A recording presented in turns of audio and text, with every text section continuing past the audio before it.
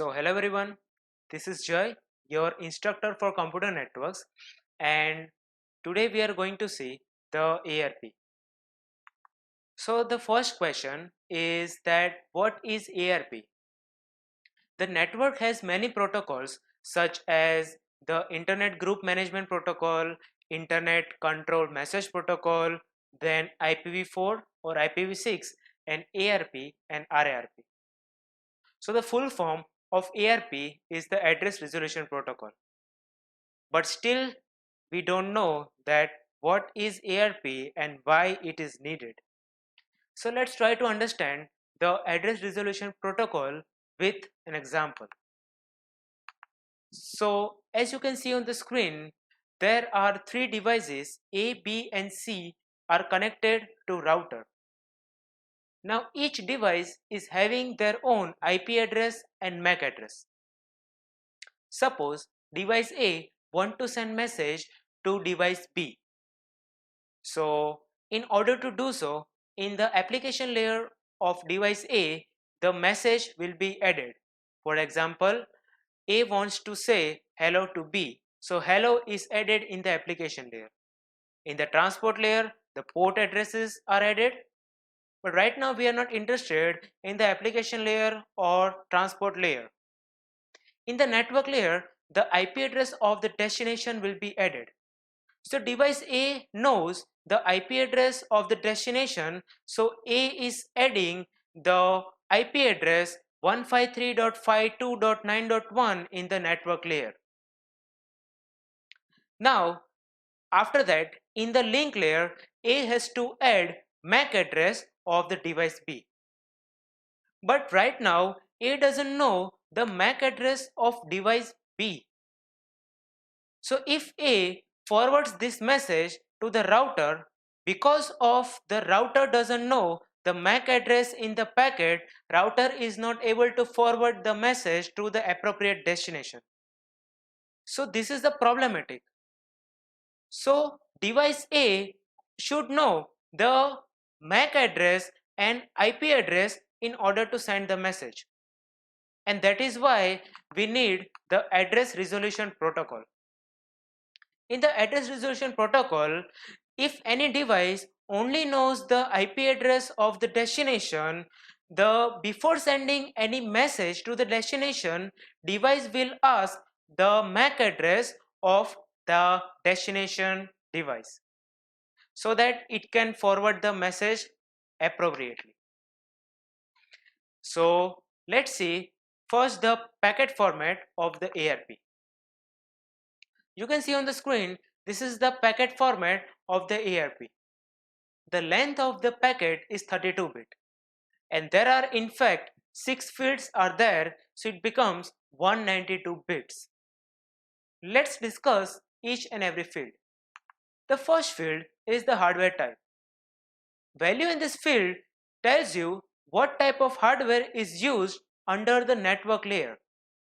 There could be Ethernet or it could be the token ring. There are many types of hardware possible. So in this value will tells you that which type of hardware is used.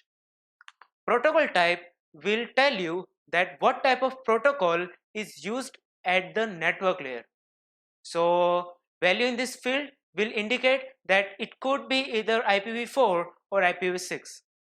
The next field is the hardware length. Hardware length is the address length in the hardware type. For example, in the hardware length will tell you the length of the address in the Ethernet layer. Then there is protocol length, means what is the length of the address which is used in the network layer.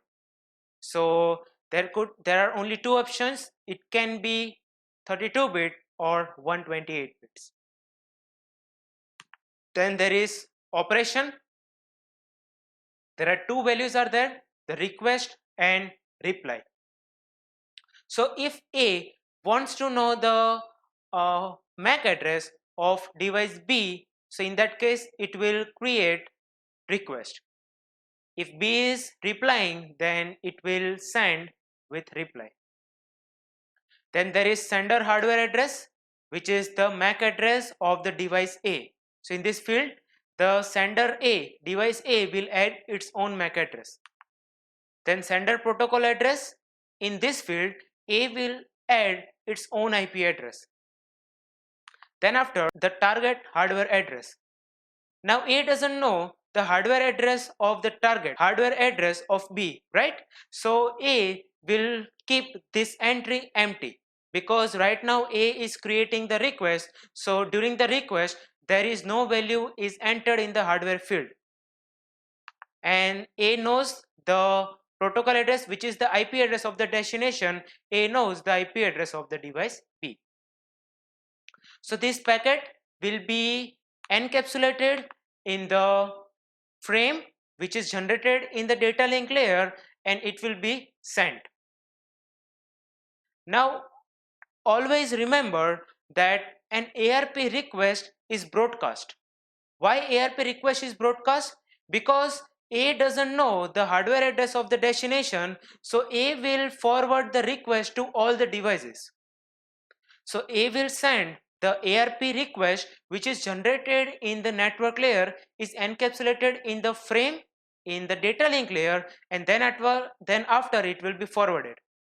So ARP request is broadcast, so A will broadcast the request to all the devices. But the ARP reply is unicast.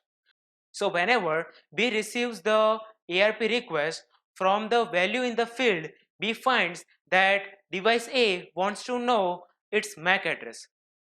So B will put the MAC address which was empty during the request. B will put the MAC address and it will send the frame to the device A. And the reply is always unicast. Why ARP reply is unicast? Because B knows that which device is asking its MAC address, so B knows the IP address and the MAC address of the device which is requesting. So B will forward the request to the requester.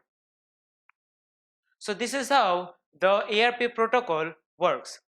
After receiving the message, A will make the entry on its table, which is called the ARP table. So A has made the entry in that the IP address of the destination and the MAC address of the destination is added. So each and every device is having ARP table in the network, because not IP address is only needed for the communication, but MAC address is also necessary. You can find the ARP in your laptop or in your computer. Just go to command prompt and you have to write ARP/A and hit enter, and you will find all the entries which are stored in your computer. So this is it for today's session. If you have any doubt, you can ask me, and thank you so much.